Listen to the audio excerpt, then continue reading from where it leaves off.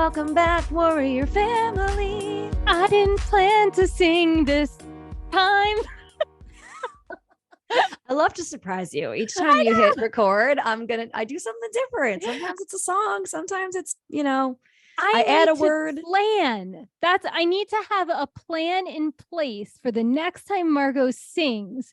How do I want to respond? Oh, okay. I thought, I'm like, you want me to tell you ahead of time? Because then it's I'm losing the element of surprise. Okay. Right. But I'll have a plan in place for my song. So welcome back, warrior family. Something needs to rhyme with family. It doesn't have to rhyme, to be fair. All right. Well, you will work on that and we'll look forward to when that happens. Yes. Whenever that happens. And you won't know when it's coming. You won't know. All right. Yeah. I got a plan. Yes. Welcome, warriors. We are so excited to be tackling this week's part 3 of this topic with you all. Yes. We just decided we cannot get enough of this topic. I mean, it's pretty much in our lives all the time. Hopefully. It's true. Well, in some way. It's either non-existent, overabundant, it's navigating life. So it has a lot to be said about it. Mm-hmm. We'll probably come up with more topics based on today. I'm sure we will. I mean, the fact that we had adult friendships and anxiety part 1, and then that morphed into part 2. And now here we are with part 3 of anxiety and adult friendships. Yeah. And we're going to be, trying our best to stay as focused as we can on this leg of the topic, which is going to be about letting go or the discomfort of letting go of friendships from people who breaking up with your friends, basically. Yeah. People that, are no longer supportive, people that aren't serving your mental or emotional or physical health. People who you've just grown apart from and as tired and as saddened as you might be to let them go. Is it time, right? And the ways in which we can navigate either the peace that comes with it or the grief that comes with it or a little bit of both. Yeah. I mean, that's, we talk a lot about like the things we weren't taught when we were kids, right? But one of them really is like navigating friendships, right? Like the setting boundaries, speaking up for yourself, advocating, but also like when to let go or how friendships change. And maybe all your friends are getting married and you're not, or maybe your friends are having kids and you're not. Maybe your friends move away or you move away. That's always changing the friendship. And we can get like really stuck in what we think the friendship should be and the expectations, but life changes, and in those changes friendship changes too. Right, totally. And each of us just like looks at friendship in a very different and unique and personal way, right? It's like my relationship to the concept of friendship has not only evolved and shifted since childhood through now, but it's also different for me in my mind than it is for you or anyone else, right? It's like if you're out there and you're like, this is what friendship means to me, and maybe based on our first 2 episodes or just in general, you've spent some time thinking about it, maybe writing about it or, meditating on it or whatever. The person that you're friends with may have a completely different list going in their mind as to what makes a friendship, and it's super personal to them.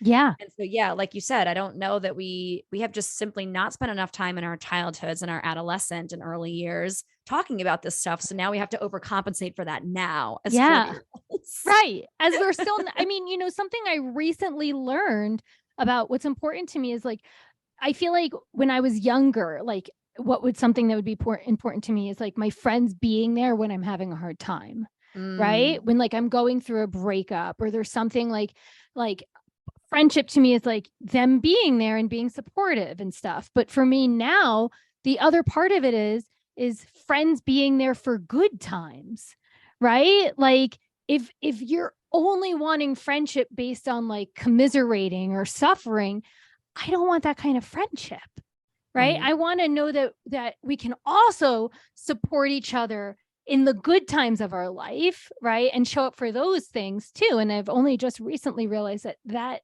part is also important to me in friendship, right? And so anyway, like as we're talking about this, I feel like I'm still learning things that are important to me, things that I value now in friendship that I maybe wasn't aware of before. And also like when making new friends, things I look for versus what I used to look for. And so there's just all this that I keep learning as I go, with friendship, and also just that it's okay to let go, as painful as it is, if it's not working. Yeah. Yeah. Yeah. Right. And I also, what came up for me when you were just sharing that too, is just like, I also have come up with more reasons to ask people ahead of like any kind of meaningful relationship with them, what they expect out of friendship. Not necessarily with me, but just in general. And like, it's less awkward and uncomfortable, and usually winds up saving a lot of awkwardness and discomfort later on in the quote unquote friendship or whatever. If we can get clear and kind of get to a place of acceptance on like what kind of friend I am versus what kind of friend you are we kind of compatible based on those two different sets of needs? Right. And like, I feel like we can then maybe cope better with come what may, right? In the future, whether that's in 2 weeks or 20 years, right? If our friendship either goes away or changes significantly or insignificantly. And maybe we can cope better if we kind of take the time now before entering relationships, right? Sometimes to just ask, right? Like this is information I would have loved to have had when I was a kid. It's just like, it's not that weird to be like, this is what I need out of a friend. Right. And what does that look like for you? And maybe I'm too much for you and I need too many things. And maybe you'll be willing to say, this is more of the type of friend that I am, or this is the kind of friend that I can be in this moment in my life. Right. Yeah. And it's like, and we're not always going to know those things. Like, I know, like, again, if we're thinking about friendships from childhood that have lasted for 20, 30 years at this point, you didn't know those things when you became good friends when you were, 8 or 10 or 15, even 25. Right. The older you get, the more your life changes, the more, you go through stuff, the more baggage that you have, the more years that you have, the more rungs on your tree.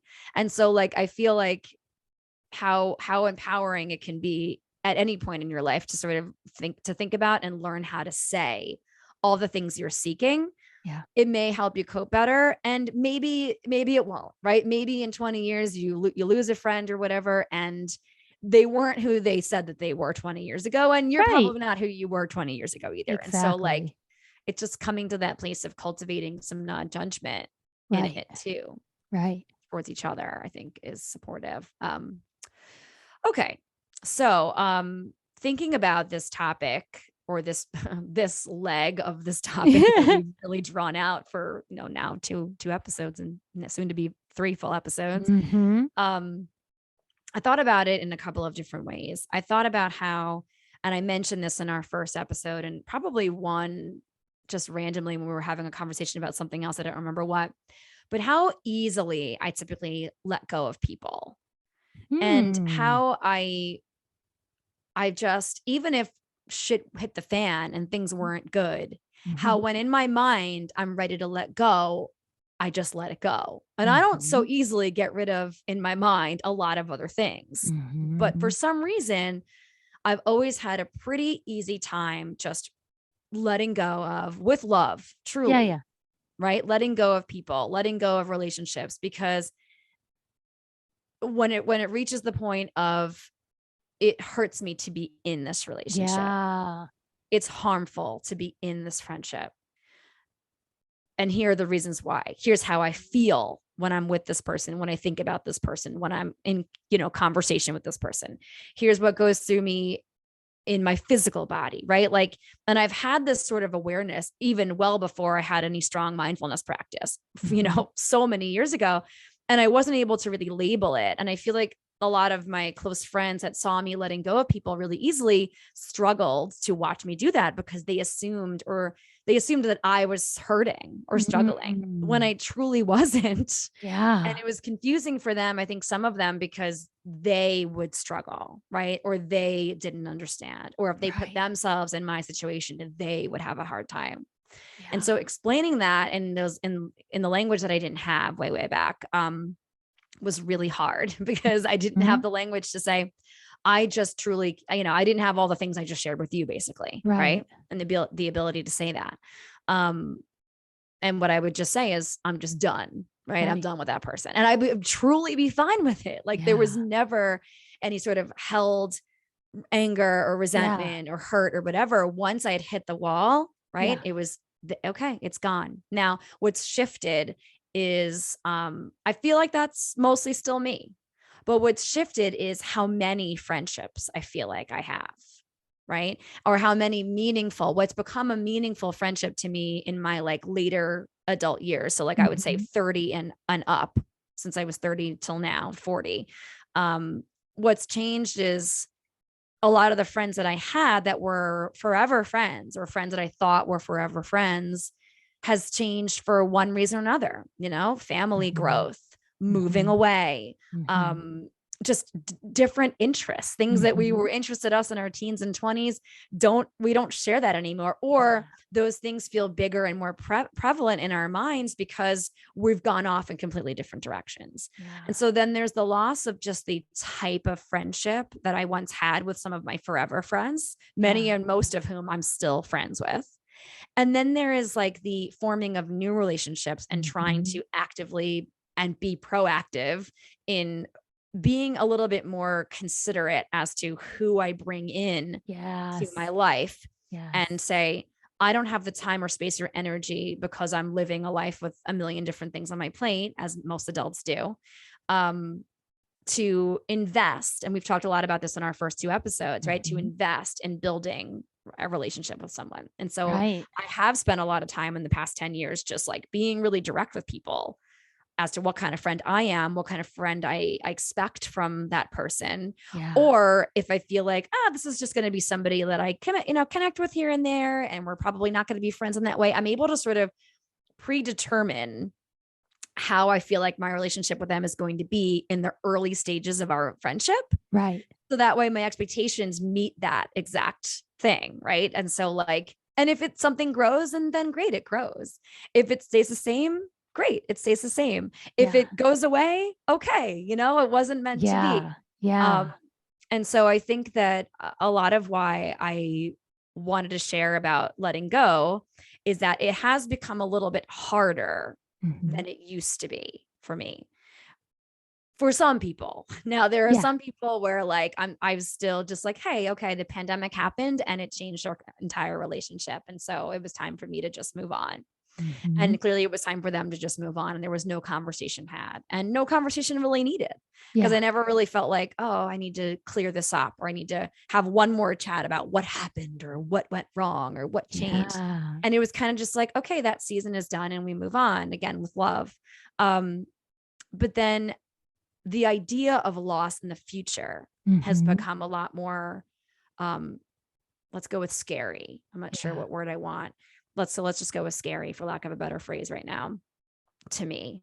So now I feel like where some of my anxieties come in lately is that when I'm entering into new friendships with people that are beginning now, or that have begun more recently in my life, I have more fear about losing them because of the emotional and verbal and communicative energy that I've put into forming those relationships than I did with some of my former forever friends, or people that I gained along the way in my teens and 20s.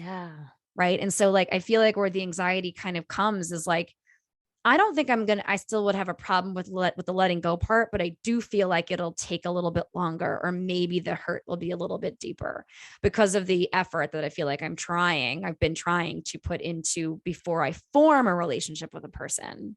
Right. To making sure it's the right kind of friend, right? Or all the expectations are laid out in the early stages, like I said, regardless of what happens, come what may. But like, I think that's kind of where I've been recently, which is just like, I'm still in I can let go, and here's why letting go is valuable, right? And why it feels right. And we're going to get into some of the reasons why a person should walk away from a relationship, maybe how or when. If some of you are listening out there and you're like, oh, I'm thinking about it, or I'm not sure, maybe something I'm saying is triggering you, I'm going to read a couple of key points from this really interesting article that I found recently about this. But I think where I am emotionally in my journey is that letting go feels really, really supportive, like it always did. Yeah. But at the same time, I have more fear about future letting go. Yeah. Potentially, because I am taking, I feel like, more time and consideration and care into trying to create the best relationships that I can for this season of my life. Right. If that makes any sense. Totally. I have Yeah. at least 2 questions. Okay. They're kind of connected, but I'm going to ask them separately. So the first question is, you talked about how there's the pattern when you were younger about hitting the wall. Mm-hmm. And then you could just let it go, no ill feelings or anything. And I guess my question is, how long would it take to hit the wall? Was it like someone did something horrible? Was it like a pattern of constantly not feeling good around the person? Were they just super gossipy and that wasn't who you were? Did you give them chances for months, for years, and the wall was hit? Was it more of like, one-time betrayal and you're like, we done? Like what? Yeah. No. It was never that. It was always the former. It was always little chips coming away at a wall, right? Or building it, let's just say, because since we're using the wall metaphor here, it's like something would happen and a brick would get added. Yeah. Right. Until eventually it was, I'm running into this wall. And this is super painful, running into this wall over and over again, And so it was sort of a slow build with most of them. And because the way that you were just speaking about friendships, like the all of it really reminded me of dating. Right. No, you always say this. Yeah. And that's the thing, is like, you and I had very different experiences in the dating world. Right. And so there were times where I would be dating someone and they would do little things, but not so little always, that would build that wall for me to the point where, so I'm putting myself in your shoes. I didn't necessarily call them out for the things that they did. I just let it slide, put a brick up, let it slide, put a brick up, until finally I was like, no, I'm done. Right. Yeah. That's pretty much exactly what it was. Okay. Yeah. Because there was I wouldn't communicate when an issue would come up, or it'd be a quick fight. We'd fight and then we'd move on. Right. But there'd be no repair, resolution, but there would, no repair, no conversation. Exactly. Yeah. Okay. And so then this ties into the other part where now, and again, I'm putting this through the lens of dating, right? And this is why I'm asking it like this, because this just makes me think of a lot of different, also friendships as well. But, now you're putting in the effort, you're owning who you are, you're putting in the work to be a friend and to show who you are, but also set expectations in what you expect in a friendship, whatever it might be, right? It doesn't mean it's high expectations, but like, hey, I expect if I say something insensitive, you'll tell me, you'll let me know, right? Exactly. And I guess like my wonder is in that fear of in the future losing people, right? Is that fear and that anxiety tied into your new approach where you're being more vulnerable and honest? And if it doesn't work out, there's some type of rejection there. 100%. Okay. Yes, 100%. It's about the effort that I'm putting into like finding, and again, I won't use the word perfect because we're all imperfect, but like, you find good matches for you when it comes to friends, right? And really for dating too. Again, like for me, like, again, like you said, I literally never spent one day of my life dating. Yeah. You're dating now with friends. I know, right? This is it. This is the discomfort in my 40s now with this version of friendship dating. At least you're not on the apps. Finding friends. My God. I mean, they make those now too. And like, that's cool, man. Find friends however you can. I mean, I think it's everything you just shared. It's exactly that. It's 100% that. It's that I don't want to, maybe I shouldn't say I don't want to. I am putting in work now to hopefully not experience the level of loss that, again, I don't feel like I experience any pain from the prior losses, but I guess because I feel even more deeply connected to some of these new relationships, or I'm hoping for that to continue to flourish over the coming, months and years, that losing it the older you get will, I think, maybe be more challenging. And again, I'm projecting. I have no idea what future Margot is going to feel about anything. Right. But I think I'm doing more thinking about it now. My anxiety is making me think about it more, about how future me may react to losing some of these newer relationships, as opposed to how old me was just kind of like, okay, wash my hands of a person, again, without any malice. You know, but like when you said too about like, for the most part, it's building up that wall and then I've hit it and then I'm done. But there have been situations in the past where like, I'm just done and it happened quick, and you know, whatever it is whatever it is. And the same is true for family too. Like there's people in my life, family, that is extended family or whatever, that, you know, claim to seek sort of some kind of relationship, and I'm just like not here for it. You know, and it's like trying to figure out a way to be like, I'm not interested in that, in a relationship with you, other than the fact that we share bloodline. And so I kind of, so that part is also just weird to navigate, but that's kind of a separate thing. But so that's kind of where I'm at when it comes to, you know, the friendship stuff and the idea of letting it go and what no longer serves. So like, you know, the one thing that, like, the way I hear that fear, right? Because you're putting in the effort and you don't know how future Margot is going to react and everything. But again, seeing this through the lens of dating, but also with friendships, is that you like these people, you like them. So there is a loss versus the people that built those walls, helped you construct those walls, right? For you to hit. Those friendships might have been different, like you grew up together or you went to college together or you worked together. And so they were just kind of there. And so you naturally became friends, not at work. I know. I know the boundaries there. It's better now. It's much better now, but yes.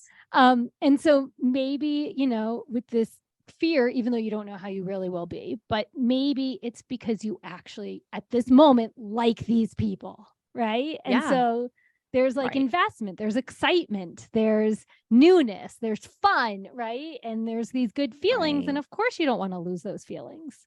I think that's the other part of it too. What you just said just triggered something in me. It's like most of my friendships prior to the last couple of years had been in my life for 10, 20, 15, you know, years, a very, very, very long time.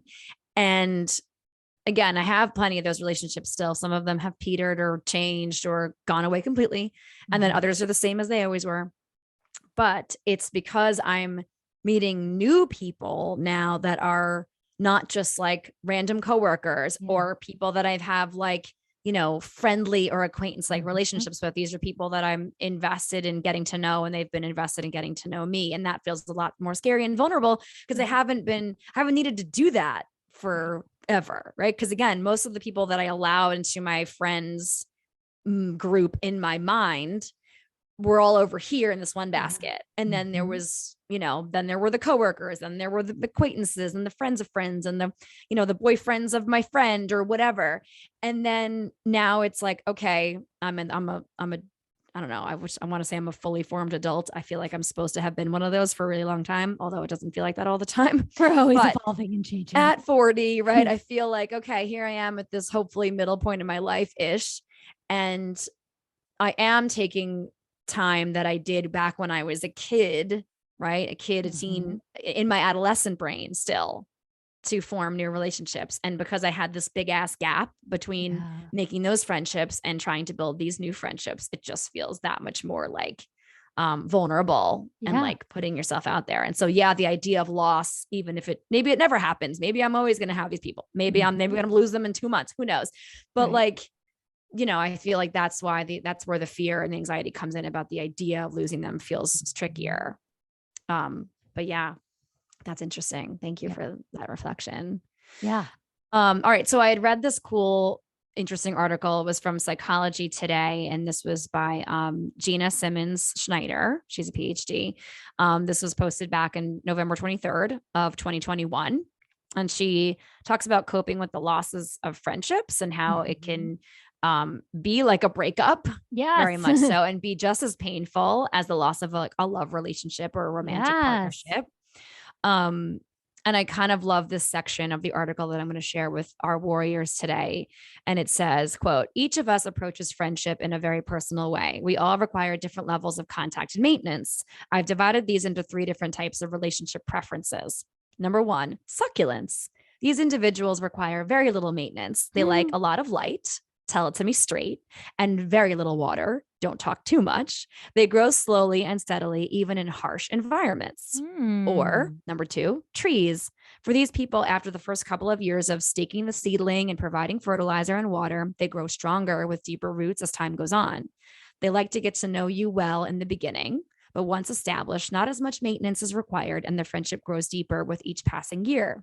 And number 3, flower gardens. These people require frequent weeding, pruning, fertilizing, and replanting. If too much time passes, the weeds take over and the flower garden disappears.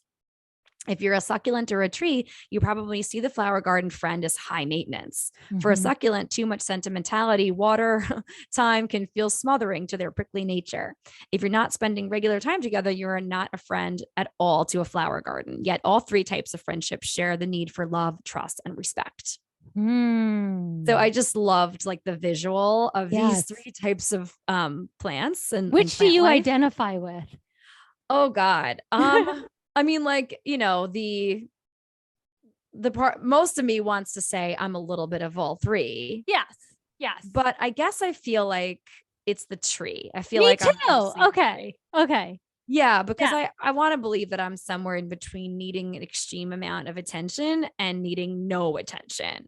Right, or little to none. Right. And like understand and sort of planting the seed and watching something sprout and grow over time and attending to it, you know, here and there. And when I want to, and when there's time and space feels right to me. Yeah. In terms of both my relationship to my friends, and I feel like the way that they view me too. Yes. Yeah. Like the flower garden instantly made me think of a few people, and I felt a little like cringe resistance because at some point I was really good friends with a few flower gardens. I probably was a flower garden in my 20s. I probably was. But that takes too much effort for me now, because at some point the flower garden needs to learn how to weed itself. You know? So anyway, as you were saying that, I felt like I identified as a tree. I felt all of them, but I really felt at this stage in my life, I'm a tree. Me too. Yeah, totally. Yeah, I think that's right for both of us. That feels right. Yeah, I see you as a tree. I could see a little flower garden in you, but not high maintenance, just like sentimental and like. Oh, yeah. Yeah, but not like, you're definitely, Anyway. Yeah. It's funny too. The last thing I want to say is like, I was in a conversation with a good friend recently, one of my forever friends. And we were talking about friendship. And I kind of brought this up. I don't remember exactly how it came up, but we were talking about it. And you know, he has a young son. And so his life has changed a lot in the last couple of years, obviously. And, you know, like, I think the same is true for a lot of people. It's like, you wish you could connect more in person or even over the phone or whatever, but you can't because you have a million things pulling you in a million different directions. And that's just the reality of it. But like, nothing's really changed when you get together. And like, that's the beautiful part of a forever friend. Yes. But I asked him, like, what do you think is a marker of like being a good friend or like when it's time to let go of a friend or something? And he said something interesting. He was like, for me, it's if all we're doing is reminiscing, if all we're doing is talking about who we used to be and past experiences that were shared or even individual experiences. If it's all about the past and it's not about the present or the future, that's maybe an indicator that like, you know, your friendship's past its prime. And I was like, damn, right? I was like, and this conversation happened like 2 months ago and that it stuck with me and it's going to stick with me. I'm like, that is good. I mean, that gave me chills. Right. And that also really like, that made me feel a little sad. Like, I totally agree with it. I agree with it. I mean, you can he wasn't saying like never reminisce about the past or chat about but it's fun. If you're always stuck in the past, that's information. That's like totally that's where your relationship lived. Yes, exactly. Right? And the sadness comes from it's hard to give that up. Right. Sure. Because you're I like with that one friend, you know, and it made me think of two different people who I'm no longer friends with. Mm-hmm. Right. But it was hard to break up with both of them. And the breakups weren't like, we're breaking. One of them was like, all right, we're done. But it was hard to let go of the friendship because of all of the shared memories. Yeah. You know, like totally. One friend and I, we went to Europe together. We went skydiving together. I mean, you know, we like did dorky stuff in 6th grade. Right. And we have so many shared memories that I can't reminisce with anyone else about. And so that part is like hard when you're letting go of a friendship, you're letting go of those shared memories. You can tell other people about them, but it's not the same. Sure. You know? Yeah. 100%. But I totally agree with that sentiment, is that if you're only living in the past and those shared memories, I mean, that's the thing, is that's some of the reason I'm not friends with other people, not the two that came to mind, but other people right now, is because it didn't feel like we were growing towards anything together. And we kept each other stuck in the memories we had of each other in the past. Mm-hmm. One friendship that I had, I was like really good friends with this girl when I was working at a school for children with autism, you know, in my like early 20s. And like we hit it off pretty quickly and we were pretty damn close. And I was going through a breakup with this like emotionally abusive guy, right? And every time we would hang out, it'd always be like gossiping about our work or about fun things we'd done in the last few years, or, you know, whatever it was. And anytime I was grieving over this breakup, she would just kind of like dismiss it. Right. And she, you know, then I went into this empowerment workshop and I was excited for all these changes, and she like didn't want me to change. Yeah. And it was so weird because we had been comfortable as friends in this one way, but then when I had a big breakup and I was grieving and I was actively seeking to change, she could not support that. And so we grew apart. And it was really, that was sad because we had a lot of fun together. It's like, those are big red flags though. Yeah, no, totally. And we were like in our early 20s. I'm still curious how she is, what she's doing with her life and stuff, you know? Right. And at the time it was painful. I was going through a breakup, and then I'm like, oh God, I can't even try to be my new self with this person. Like, you know, like now I got to not be friends with this person, and we drift apart from each other, even though we work together, you know, like, ugh. Yeah. This is why work relationships are so sticky. I mean, it's like dating at work. Have you never dated someone you worked with, you know? And you wonder why I had those boundaries up for so many years with my coworkers. But no, it's true. I mean, I get, it's like, that's one of the markers for letting go, right? From moving on, is this person going to love and accept the growing and evolving version of me? Right. Exactly. And support it, you know, Yes. like not like, oh, that's not who you are. That's not what you say or what you do, you know, especially in your 20s. I mean, room for growth anytime, anywhere, but in your 20s, you're really figuring out who you are. You finally got out of, you know, living under your parents' roof or whoever's roof, you know, and you're in or out of college and maybe starting a job, and you're starting to figure out who you are. And so that's like a lot of growth and change right there. It's a very tricky world to navigate with friends. And then even like, how do you break up? Right? I've had one friend, we went off to college and we grew apart, and she felt the need to come to my house and officially break up with me when we were like 18 or 19, and was like, you like to wear this type of clothes and I like to wear North Face. And it was like the funniest shit ever. Like my mom and I laughed afterwards, but she like broke up with me. She was like, we shouldn't be friends, you know? Okay. Yeah. Yeah. And then, you know, but that same friend I've had multiple breakups with until she finally, you know, deeply betrayed me. And I was like, we're done. Yeah. And then it's like, unfriended on Facebook, unfollowed on Instagram, blocked on my phone. You know, it was like the finality of it. Right. That's interesting. Yeah. Like the couple of friends that came to my mind when we were thinking about this, one of them, you know, was a loss during the pandemic, and it was never discussed, you know, after or presently. And there's what's weird about it is that like there was no like unfollow or like any kind of, again, there's no ill will, there's no need, but there's also no need for a conversation. Yeah. Right. And so it's kind of like, And part of me is like, I think that's for the best. And the other part of me is like, I wonder if that's for the best. Yeah. I don't know. I'm still in like the I don't know phase. And like one part of me is like, her birthday is coming up. Do I say something? And the other part of me is like, but we're not friends anymore. Right. It's like, do you just reach out for those like bullshit, like 2 seconds of like, happy birthday. Yeah. But even though I mean it and I want her to have a happy birthday, it's not like I really don't want her to have a happy birthday. It's not that at all. It's that, but do you even bother with that shit anymore once you're not really in a relationship with a person anymore? And it's just like, that's the kind of weird discomfort that I'm experiencing in this moment with that particular person. And because there was no official breakup. Right. So which in the past I never felt like I needed. And I guess I kind of still don't, but this is the first time I've ever thought about maybe that's not the right course of action. So now I'm like, in that weird limbo in my mind of like, I'm not sure what I'll do about it, if anything, but that's tricky stuff. So did anything like, what else has come up for you with this topic about like, I mean, obviously you've been sharing for the last few minutes, but like, were there any specific stories or things you're dealing with at the moment that have come up with this topic?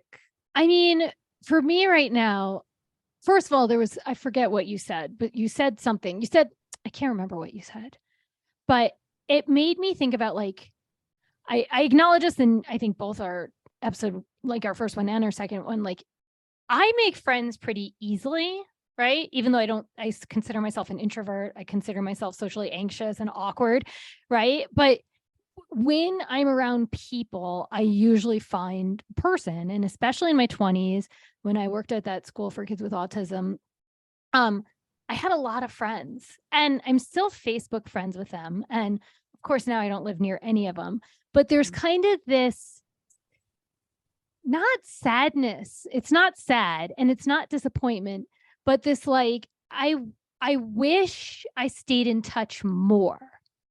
Right. Like, and even like in high school, after I left high school and I went to college, I only stayed in touch with like a handful of friends. And then when I see other people that I really liked in high school, like either on social media or I hear about them, I have this like longing of, oh, I wish I put in more effort. Right. And so that is something that comes up, is like, oh, I wish I put in more effort with people back in the day. But at the same time, I would be in the same place I am now, where I live just outside of Denver and I don't really have any, like, with the exception of Sarah and Dan, like physical friends. Right. And so that's like the part where it's like, I guess that's where I'm navigating now, is I feel like the friendships that I've let go of, they've been let go. Right. And now it's like, how do I meet new people to grow those friendships again? So then I can struggle with the letting go in the future. Yeah. No, that's so interesting. It's like, what I feel like I'm hearing in that is just, it feels normal, right? Especially when you see people's lives on social media. You're just like, oh, what would it, like the what ifs come in, and it's like, what would have happened if I had spent more time being connected to that person? Maybe nothing. Maybe you would have had a full-fledged friendship and it would have remained steadfast all these years. Maybe not. Right. But like the idea that it's being planted in your mind, I think is just somewhat of a symptom of our time, of just being, having content be shoved in our faces about our people's lives, whether they're people from our past, people from present, whatever. And so it feels normal to me to hear that you would sort of, and because of your lack of in real life friendship in terms of like people you can see physically with any kind of regularity in your space in Denver or outside of Denver, it makes sense that you'd have like sort of the loss of just the connectedness of sharing physical space with people. Right. Even as a social, I obviously very much aligned with being a socially awkward and anxious introvert. And so like, but I definitely didn't make friends easily. That's one major difference. And I think part of it was that I have RBF, and also I just have my walls were super high, like, and immediately it's like, my vibe is don't talk to me. People don't. There you for go. anyone Sorry. that doesn't know what RBF is. And I just, it's not that I don't want to talk to you, but at the same time, I don't want to talk to you. Yeah. But it's mostly because I'm anxious to talk to you. Yes. That's changed a lot over the past 10 years. But for the most part, that's, that was me in my 20s, very much so. And still me to a certain extent. I'm working on it. But I do think that it makes sense to sort of grieve your former ability to just be able to be in a room with people and make friends, because that's always who you've been. And so I think that maybe what'll be maybe a fun practice for you is you feel more comfortable out in the world, navigating being in person with people again through this pandemic as it continues to wage war on us. That I imagine you'll fall back into the pattern of, bringing in all the people, right? Yeah. It's just going to be a matter of like finding the spaces in your new environment, which you've been there for a few years, and two of them now have been through a pandemic. Yeah. And so navigating relationships is of course going to be that much more fucking challenging because you've had little to no proximity to actual live human beings in so many months and years. So yeah. And then, like there's the like letting go of, like, even with friends that I lived far apart from, right? Their lives have changed. Many of them have had children. So there's like that letting go of the way our friendship was. Yeah. Right. Like, because as you were saying, like making friends here, it made me think about like, I still have a bunch of friends scattered all over the country that like we connect all the time. I love them so much. Now we connect mostly through texting. Right. We barely get phone calls anymore. We definitely don't see each other. Thank you, pandemic. Right. Actually, one friend, when I come to New York, I see her who recently had a kid. But like, that's the other part, is the letting go of how the friendship used to be and accepting it for how it is now with all the changes that have happened. Right. Or letting go of the relationship because things have become too different. Yeah. Right? And with these particular ones, they just have kids and they have no like time. Right. But these like particular ones in my mind, it's like, no, we're friends forever. These are forever friends. It's just the friendship has changed. But yeah, totally. With other people, you just, right. Yeah. No, that's interesting. So going back to the article, Psychology Today article that I was sharing a little bit about earlier, they have this great part at the end, and it just says, to cope with the loss of a friendship, consider the following. Loss is normal and inevitable. People will move away, drift away, and pass away. Acceptance of this reality helps us to cope better. Loss can feel personal, but often isn't. Friends can fall away during times of change, like we're saying, leaving for college, finding a mate, having a child, changing jobs, moving, divorce, retirement, etc. We might feel hurt that our friendships end or change, yet it doesn't mean we failed. Grief and loss can bring us to our knees, yet life continues. Yes, we cry, suffer sleepless nights, feel pain. We can adapt to the loss, reorganize our lives, and find meaning and happiness once more. And finally, a non-judgmental attitude helps you to recover a bit faster. When we lose a friendship, we might judge ourselves and our friends more harshly. Judging amplifies our suffering, feelings of shame, and disconnection. Oh, that one's so good. That one's so good, especially because a friend and I had a breakup like a year ago. And those feelings of failure and me judging her and me judging myself are definitely things that I've experienced. And so that last one is like, that one's a really good one to hold on to. Because even now, when I think about her, there's a little bit of sadness and like, could we have worked it out? Right. But at this point, it's been over a year. We had a very nasty falling out. She's unfriended me. I figure like it's final there. That's it. That's the marker for official goodbye get unfriended. And I mean, ultimately I'm at peace with it. But when I do, I'm not like going to my phone wanting to call her and chat. Right. But when I do think about her, there is this like fondness and this, did we not try enough? Right. Sure. Who's the failure, me or her? Who's to blame? Like all of that. Totally. So that last piece really, really resonated with me. Yeah. No, I think that's my favorite one too, that I'll keep with me. Yeah. And that it's not personal. That also feels good that to me stuck too. out too. Yeah. That like, it can be easy to sort of, point the finger at myself or them, like you just said, right? It's like, it's about what you did or didn't do. It's about what I did or did not do. When at the end of the day, it could just be that I am swamped with work. Yes. Or that, there's something happening in my personal life. Like it could literally, and the same is true for anyone in your life that you think that I know warriors, right? We know there are people, faces swimming around in your brain right now as we talk about this. And so like, it could just be a nice moment to pause and think about how loss is painful, but inevitable and just really kind of ordinary in a sad way too. It's like things ending and beginning is normal. Yeah. It's we live in a universe, right? We live in a life that's filled with cycles. And obviously you can't have a cycle without an end or a beginning. So hopefully you can kind of sit with some of the ideas that we've brought to you today with some of the stories from our personal lives that we shared, and take some time for yourself this week to think about how you've coped with losses of friendships in your life. Maybe something recent comes to mind, maybe something from your past, maybe something feels unfinished. Something I've also been thinking about lately too is just that like a friendship's ending doesn't need to be forever either. Right. If things didn't go really, really sour, if trust wasn't betrayed on some kind of deep, crazy important level, maybe repair is possible if you seek it.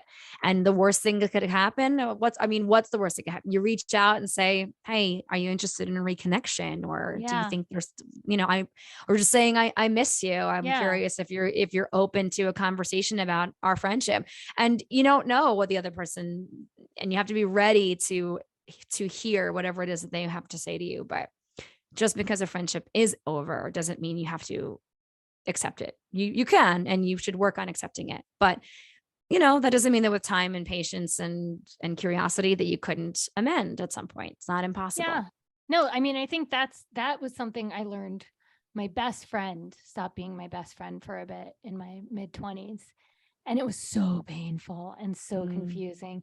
And she like ghosted me too, right? She didn't tell me what happened. And so at some point it like, I let it go. We're not friends. I don't understand it, but okay. And then we like ran into each other at a wedding by a mutual friend, like 3 years later. And we had to build trust again. She had to build trust with me, but we're extremely close friends again. Right. That's great. Yeah. That's amazing. Yeah. And so I like that you said that, because it's so true. It might be years, right? I gave up on that friendship I had. I didn't think, we were ever going to be friends again. And I very much grieved it. It was very painful and very confusing. And when we reconnected, we didn't pick up where we left off. It was like, no, we have to work on some stuff. Right. But also we were able to work on it, and they're still very close. So you just never know. You never know. Right. You can be brave and put yourself out there if it's in your heart to do so. Yeah. Right. And then be willing to accept where that person's at, and maybe that person just needs a little bit more time, but you planted a seed. Right. And maybe that seed never comes to flourish into anything else, but at least you did what was in your heart to do, take the first step, make the first move, whatever. I love that. And what a beautiful way to like end cap it is just that like loss doesn't have to be forever. Right. There are things, again, some circumstances may be impossible, but others might be very possible. And so just sort of taking the time to think about it. If you're thinking about a specific person or relationship from your past or present, even that you're interested in trying to reconnect with that person, then put yourself out there. I mean, the worst that could happen is they turn you down. And then you're already, I doubt that you'll be back to square one, right? Because for the most part, we will assume that you've done the grieving of that loss already. It's not especially personal. If it's been years, right? Yeah. Yeah. All right. So warriors, take some time to think about, once again, round 3 of anxiety in adult friendships. I don't know. Will there be another rendition, another episode? Yeah. So I already have round got 4, an idea round 5. for one. Yeah. All right. Well, we'll have to explore that off the air, warriors. We'll keep it a surprise.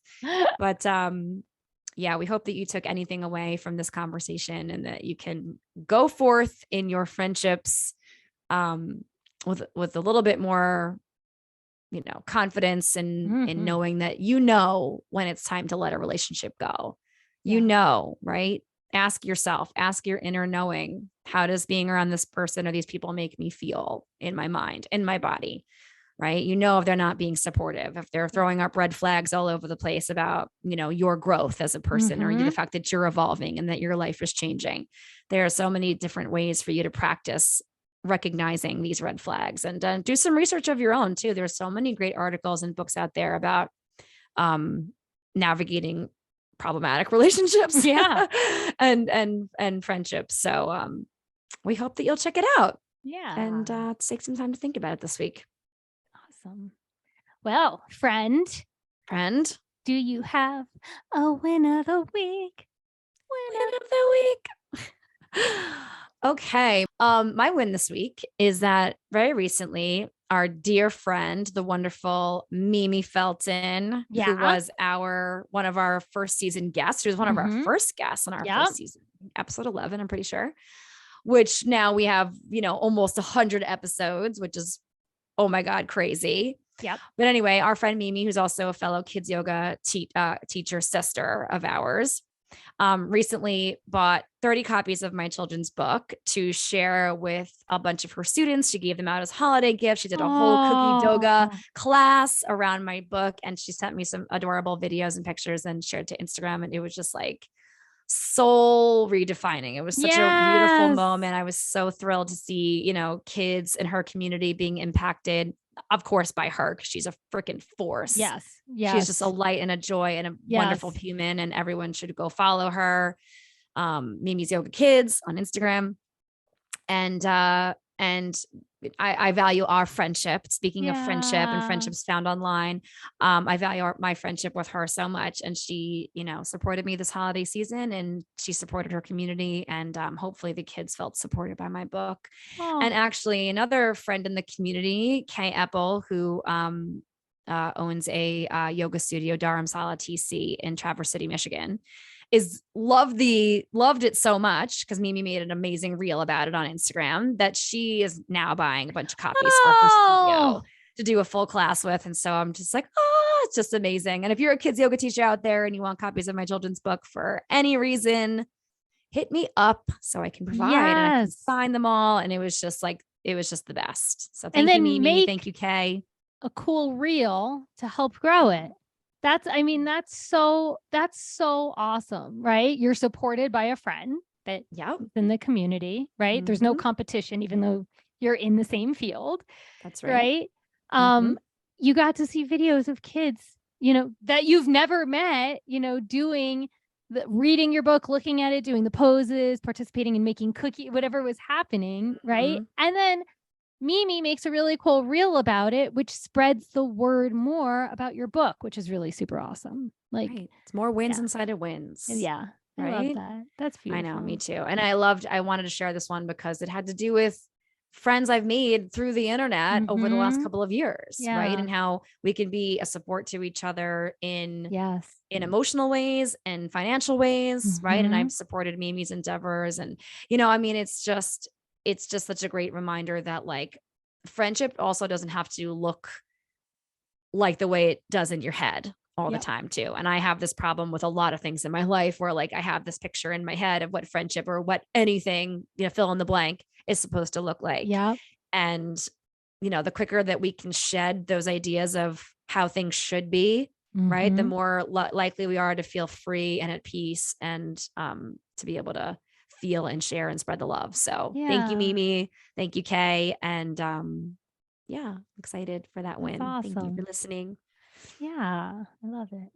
All right, warriors. So we love you so much. Thank you for tuning in again this week. If you'd like to connect with us on Instagram, you can at Anxiety Warriors Podcast. Please come follow us over there. And you can also email us at anxietywarriorspodcast@gmail.com. You can send us your wins of the week, however big or small. You can shout out some topic ideas that you have for us, things you'd love to hear us chat about on the show. Or if you think you'd be a great fit as a guest on our podcast, please send us an email, shoot me a DM. Let's get it on the calendar. Let's hear about your anxiety story. No story too small or big for this show. We would love to hear it and help you tell it. And please take 2 seconds, smash that 5-star rating on Apple Podcasts, Spotify, or wherever you're tuning in. You can like and subscribe to our YouTube channel. We have all of our episodes uploaded for you over there. And then jump into our show notes and you can tap on our threadless merch link, which can bring you right over to our shop where you can buy some podcast swag, some stuff to decorate your wardrobe, your kitchen counters with some cool mugs.